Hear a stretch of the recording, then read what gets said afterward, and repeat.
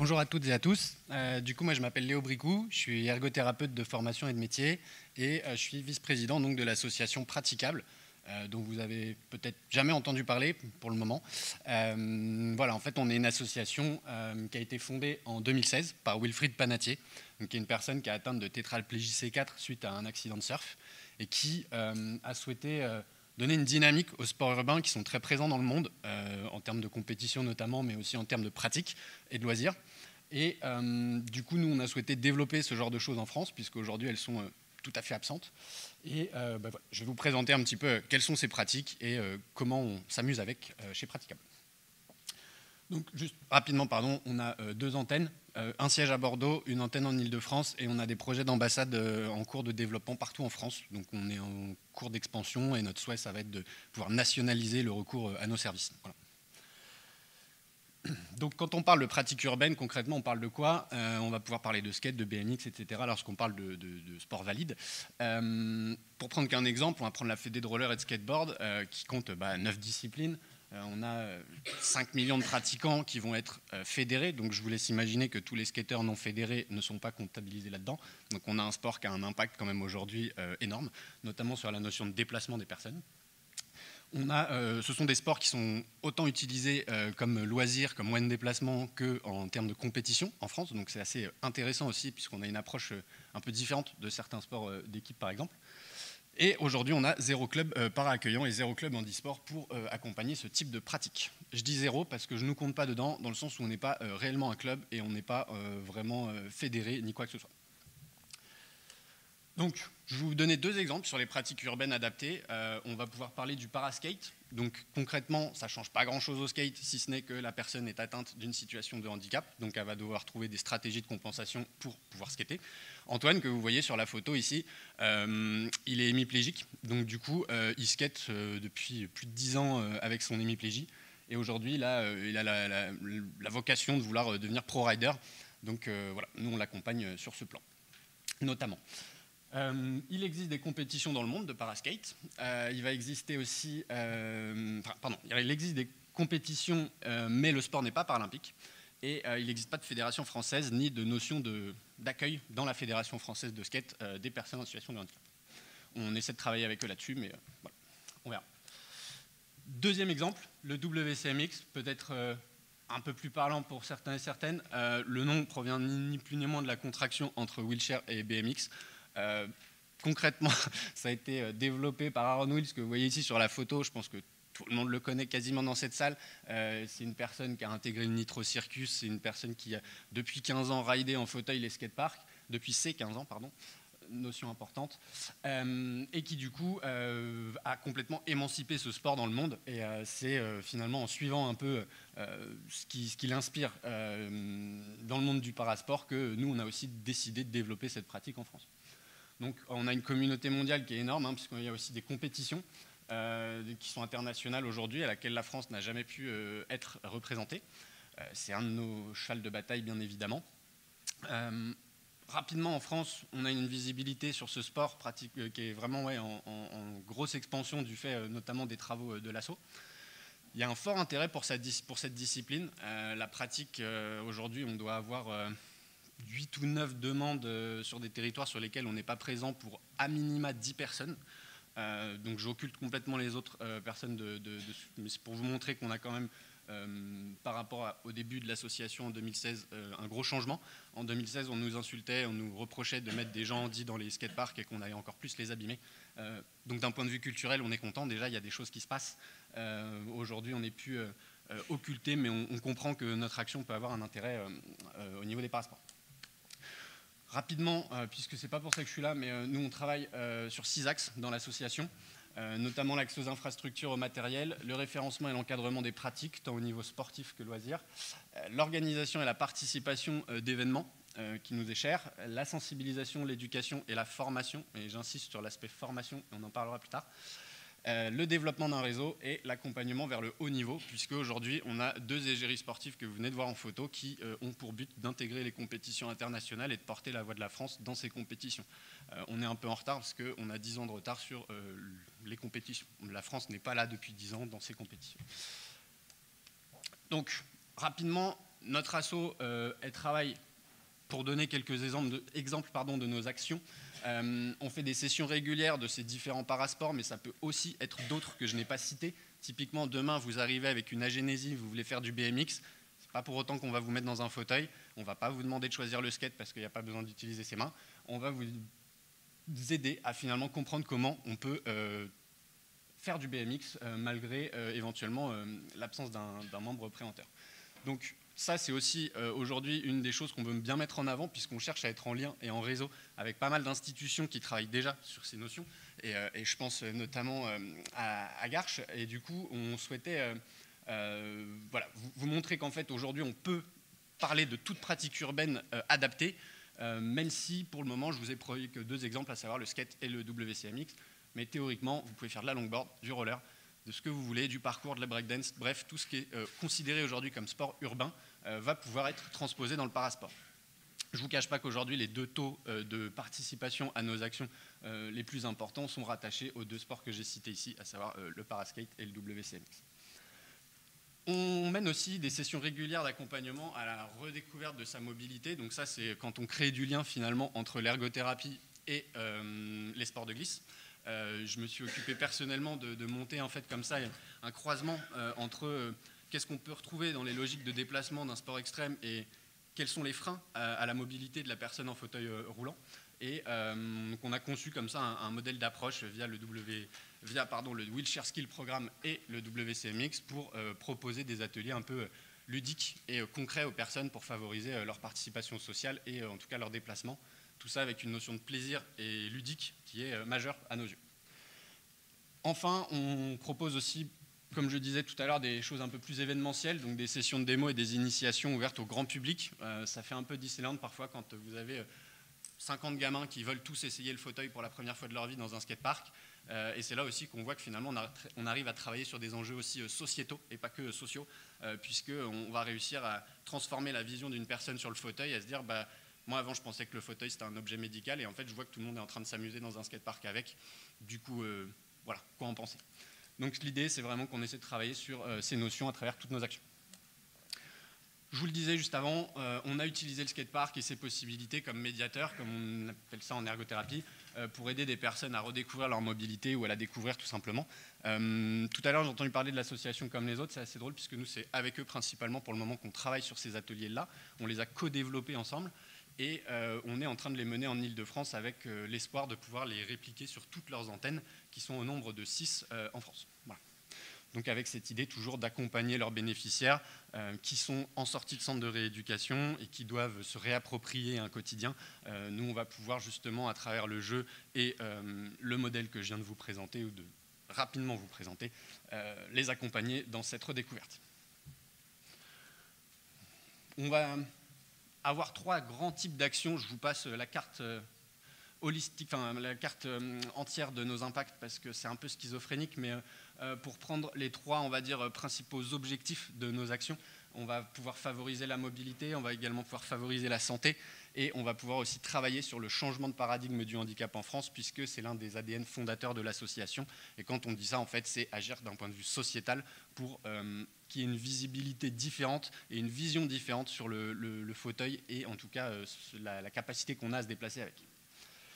Donc nos impacts vont être forcément en lien avec tout ça. Je ne vais pas vous faire une grande tirade sur tout ça, parce que ça a assez de sens, c'est assez facile à comprendre, je pense. Si vous avez des questions après, n'hésitez pas. Évidemment, on a plein d'autres actions et plein d'autres impacts, mais ici, je vous ai mis un petit peu ce qui vous semblait plus intéressant à votre niveau. Et rapidement, pour terminer avant les questions, là, on a vraiment que des exemples de projets, mais je voulais vous en citer quelques-uns. On développe des sessions privées pour les structures, on l'a déjà fait pour Garches, on l'a déjà fait pour d'autres structures, et aujourd'hui on est en forte demande. On a des IEM et tout type de structures avec tout type de handicap qui nous contactent, on en est ravis.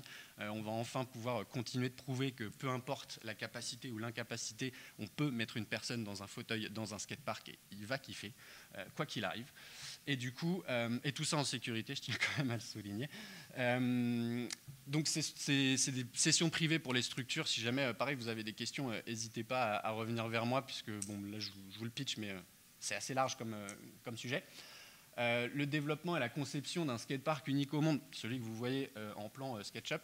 On est en train de concevoir un skatepark modulaire qui est adapté au fauteuil, c'est-à-dire qu'aujourd'hui, nous, on a fait plusieurs tours de France et plusieurs événements dans les skateparks français pour découvrir qu'est-ce qui fonctionne, qu'est-ce qui ne fonctionne pas pour le fauteuil en skatepark.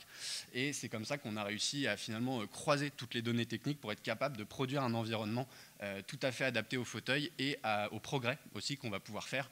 Donc le plan que vous avez ici, c'est un skatepark événementiel qui peut être stocké, monté, donc pour être utilisé, et évidemment modulaire, c'est-à-dire que la disposition telle que vous la voyez ici est une des solutions qu'on peut proposer, mais on va pouvoir vraiment tout modifier pour qu'il soit utilisable avec le maximum de nombre de personnes et dans le maximum d'endroits différents.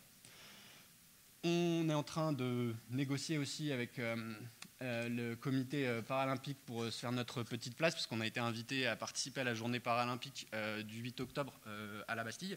On a participé avec eux, on était ravis parce qu'une journée paralympique qui était la première historiquement de France, où on invite un sport qui n'a aucune reconnaissance, aucune fédération et quelques, on va dire, zélés qui en font en France sans encadrement. On ne s'attendait pas vraiment à avoir un intérêt de leur part, donc on était ravis d'avoir été invités et d'avoir pu travailler sur la visibilité de ces sports, et on espère pouvoir le refaire lors des JO 2024. Je fais mon petit point recrutement aussi, puisque je pense que c'est le bon moment et le bon endroit. On est évidemment ouvert toujours à accueillir plus de bénévoles. Je ne vous cache pas que cette aventure, on l'a portée à 2 pendant très longtemps. Aujourd'hui, l'équipe s'agrandit, donc c'est très cool. Mais nos espoirs sont beaucoup plus ambitieux que ce qu'on est capable de faire aujourd'hui. Et du coup, on a toujours cette envie d'accueillir de nouvelles compétences, d'être enrichi, d'échanger. Et finalement, moi, j'avais le projet de passer un master APA, mais j'ai pas le temps. Donc du coup, voilà, si vous ne savez pas quoi faire en tant qu'APA, n'hésitez pas à venir nous voir, parce qu'on a des projets comme ça avec une école à Cergy pour travailler avec des APA et qui deviennent bénévoles dans certaines de nos sessions, etc. Mais évidemment, on compte toujours aussi sur les professionnels et les personnes, voire les étudiants, pour voilà, donner de leur temps ou de leur énergie, ou même ne serait-ce que des conseils, puisque parfois, on a évidemment nos limites, vu que nous ne sommes pas APA nous-mêmes.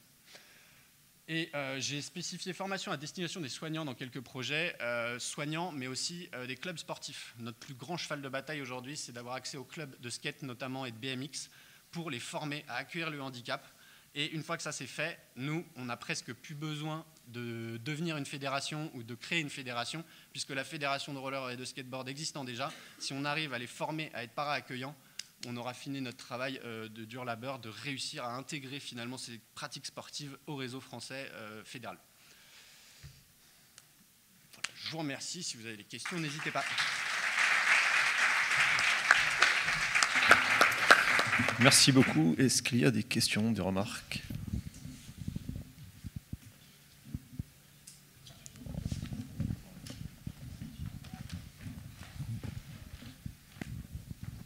La question porte sur le paradigme.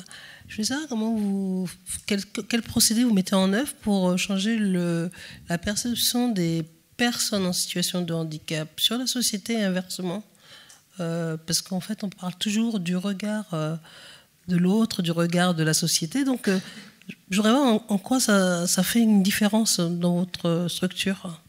Alors, en fait, tout à l'heure, on parlait de sport un peu à effet waouh, un peu de sport extraordinaire.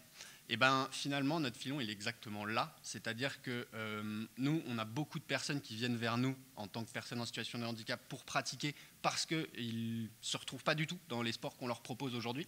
Et donc, viennent chercher des sensations et des sports avec une approche très différente, que sont les sports de glisse, de pratique urbaine en général, mais de glisse plus largement. Et donc là, ça va être plus sur l'aspect social de la personne lorsqu'on travaille comme ça.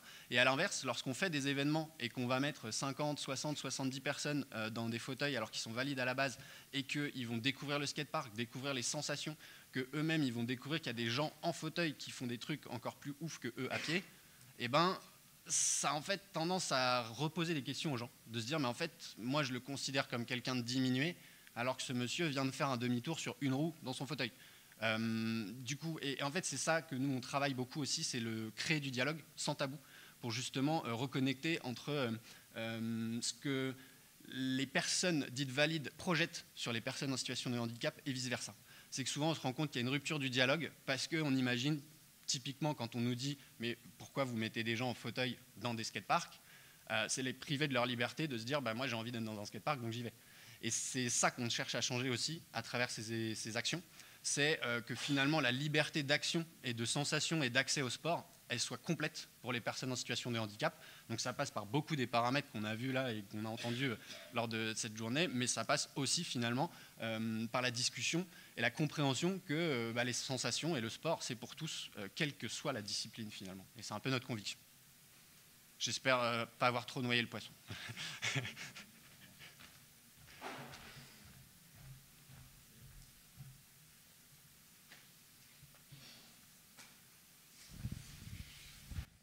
Bonjour, merci pour cette présentation. C'est des sports nouveaux qui plaisent effectivement de plus en plus, en particulier aux jeunes générations. Y a-t-il des spécificités d'équipement? Je suis élu local, là on va refaire un skatepark béton l'année prochaine. Donc peut-être intéressant éventuellement peut-être d'avoir quelques infos pour pouvoir avoir un aménagement spécifique. Tout à fait. Déjà, merci de votre question, elle est très intéressante. Il y a deux aspects à ça. Effectivement, il y a l'aspect matériel, donc l'aide technique. Là, évidemment, on peut pratiquer sur des sessions, on va dire, de découverte avec son propre fauteuil, bien que nous, on tend à avoir des fauteuils adaptés à la pratique, mais quand on est dans une logique de découverte du skatepark, on ne parle pas encore de gros risques pour le matériel. Tant que c'est encadré, on va pouvoir l'accepter. Si on n'est pas là, on ne va pas l'encourager. Il y a des fauteuils qui sont spécifiques à la pratique en skatepark. Il y a moins de 5 fabricants dans le monde aujourd'hui. Il n'y en a qu'un qui est européen et qui est anglais, donc pas de chance. Donc du coup, sur l'aspect vraiment matériel, faire venir les fauteuils, aujourd'hui, c'est très compliqué. Nous, on a réussi à avoir un partenariat avec un importateur de ce type de matériel, mais le matos n'est pas passé au CERA et donc n'est pas certifié et ne peut pas être remboursé par l'assurance maladie. Donc pour le moment, les seuls fauteuils qui existent en France sur cette pratique, c'est nous qui les avons. On en a 12 maintenant sur nos 2 antennes. Je vous cache le montant, mais à 4 000 € le fauteuil, c'est un gros investissement. Mais ça nous permet effectivement de se dire que voilà, quand les gens pratiquent, le fauteuil qui est le leur ne repartira pas en miettes à la fin de la session. Et ça, c'était hyper important pour nous pour lancer ça. Et le deuxième aspect de votre question, c'est l'aspect environnemental, donc le skatepark en lui-même. Et effectivement, nous, on a une activité aussi d'accompagnement comme ça des collectivités pour proposer des skateparks qui ne vont pas être dits uniquement dédiés au fauteuil, puisque ça, c'est quelque chose contre lequel on se bat activement. On n'est pas là pour créer quelque chose de spécifique au fauteuil, mais bien l'inverse.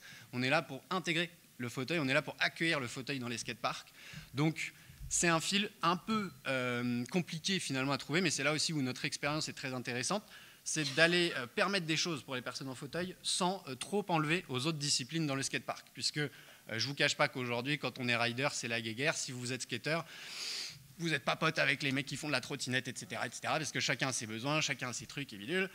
Nous, on est loin de ça. On préfère l'aspect fédérateur de la glisse. Et donc, du coup, on va plutôt réfléchir à une notion hybride, c'est-à-dire qu'on va permettre des lignes qui vont être très utilisables par des fauteuils, peut-être d'autres moins, mais qui vont toujours permettre la pratique intéressante pour toutes les autres disciplines. Donc n'hésitez pas, vous avez mon mail, mais si vous voulez, on pourra parler. Si vous avez des besoins, n'hésitez vraiment pas à entrer en contact avec nous. On a le temps pour une dernière question que je vais poser. Comme on a dit, Constance, c'est l'avantage du micro, je sais pas quoi. Est-ce que tu as eu l'occasion de tester le skatepark à Rome? Je crois que Toyota en a fait un, je crois que c'était 2018 ou même avant, je crois. Tout à fait. Alors, il y a une petite histoire derrière ça. À la base, Toyota, ils ont créé effectivement ces modules-là via une autre boîte pour faire un événement interne à Copenhague, il y a quelques années. Et une fois qu'ils ont fini cet événement interne, ils ont démonté tous les modules et ne sachant pas quoi en faire, ils ont créé un projet avec l'association qui s'appelle Bunker à Rome, qui possédait déjà un skatepark, mais en très très mauvais état. Et finalement, ils ont décidé, donc c'est une asso qui avait absolument rien à voir avec le handicap à la base, ils ont décidé finalement d'utiliser ce parc, de le poser à Rome pour en faire finalement le premier hybride park qui s'appelle le Bunker Skatepark, le Bunker Hybrid Park je crois d'ailleurs, ou le BNKR. Et moi je ne l'ai jamais ridé, mais j'ai fait mieux que ça, c'est que j'ai ridé le parc qu'on a nous-mêmes développé pour Toyota lors de la journée paralympique. parce que finalement, nous, on a un peu pris la suite de Toyota Europe qui a travaillé sur ces choses-là. Et le directeur de Toyota Europe étant arrivé chez Toyota France, on a pu finalement travailler sur les mêmes aspects en France, sauf que nous, on n'a pas réussi à le laisser monter puisqu'il était sur la route place de la Bastille, donc du coup, c'était un petit peu compliqué. Mais notre but, c'est de réussir à travailler avec eux, effectivement, pour réussir à avoir un lieu comme ça en Ile-de-France, couvert, j'insiste sur ce point, c'est le grand cheval de bataille du skate et du BMX en France, de réussir à avoir un lieu dans lequel on pourra pratiquer toute l'année, donc couvert, et qui soit comme ça, dit hybride, en tout cas qui permette d'accueillir tout type de discipline, quoi. Okay. Je te remercie pour ta présentation. Ça fait partie des éléments qu'on a à discussion au sein de l'équipe. Et puis quand on voit la vidéo de Nam Poukouer, le petit gamin qui a un trompe-la mort, avec, on sent que lui, s'il va passer devant un skatepark, les parents ils n'ont pas fini de stresser. C'est ça qui est intéressant, c'est que nous, on n'a jamais eu d'accident, on encadre toujours avec sécurité les choses, et souvent on nous reproche de faire prendre des risques, alors qu'en fait ce risque il est totalement contrôlé, et que le risque serait sûrement plus grand si la personne décidait de son propre chef d'y aller toute seule dans ce skatepark. Ah, et puis de toute façon, si tu prends en fait les jeunes pour être entre autres parents, voilà, c'est comme ça. Et tu vois bien qu'en fait, les jeunes s'approprient en fait l'environnement de façon tellement différente. Même le sport fédéré s'y retrouve pas. Clairement. Ils viennent, ils picorent plus ou moins, ils repartent, ils font de la trotte. La trotte, je suis assez dubitatif dessus. Je pense qu'arriver à partir d'un certain âge, même l'entrée un peu au lycée, tu ne t'y retrouves pas parce que tu n'as pas vraiment la communauté. Le skate, en fait, perdure beaucoup plus. On retrouvera la trotte parce qu'en termes d'habileté motrice, ça sera toujours un peu là. Tu as le problème, en fait, de la barre. Parce que quand ça se met à grandir, tu as la hauteur du... Enfin, c'est les discussions que j'ai en ce moment sur le choix de la barre. Mais tu vois, le skate... Tu le retrouveras quasiment tout le temps. Et je trouve que ce n'est pas le même état d'esprit en fait, des skateurs dans le partage, en fait, même ne serait-ce que des bols. Oui, infiniment. Là-dessus, je suis tout à fait d'accord. En fait, il faut voir que culturellement, le skate, ça a été un sport qui a été méga discriminé. Donc, il a au moins ce point commun avec le handicap. C'est que pendant longtemps, c'était un sport qui n'était pas un sport. À peine les fédés qui les prenaient en compte. Quand il y avait des clubs, il n'y avait personne d'inscrit dedans. Et on y avait tout un... on voyait plus le lifestyle du skater que le skater lui-même et que le sportif qu'il y a derrière. Et aujourd'hui, il y a un peu une inversion de ça avec l'aspect olympique du sport, où finalement, même les skateurs eux-mêmes, on en voit plein qui ne se retrouvent plus dans le skate, en tout cas fédéral, parce que leur but, ça n'a jamais été d'être un sportif olympique. Donc le skate, il est encore en train de se chercher là-dedans. Et pour moi, c'est aussi une voie ouverte à, si on est en train de réfléchir à concevoir quelque chose, c'est le moment pour prévoir tout le reste, parce que sinon, on va se rendre compte dans 5 ans qu'on a oublié la moitié des trucs. Et du coup, notre travail, c'est ça, c'est de réussir à profiter de ce mouvement pour montrer que ces sports, ils existent, et puis les faire pratiquer encore et toujours, quoi. Okay. Merci beaucoup. Merci.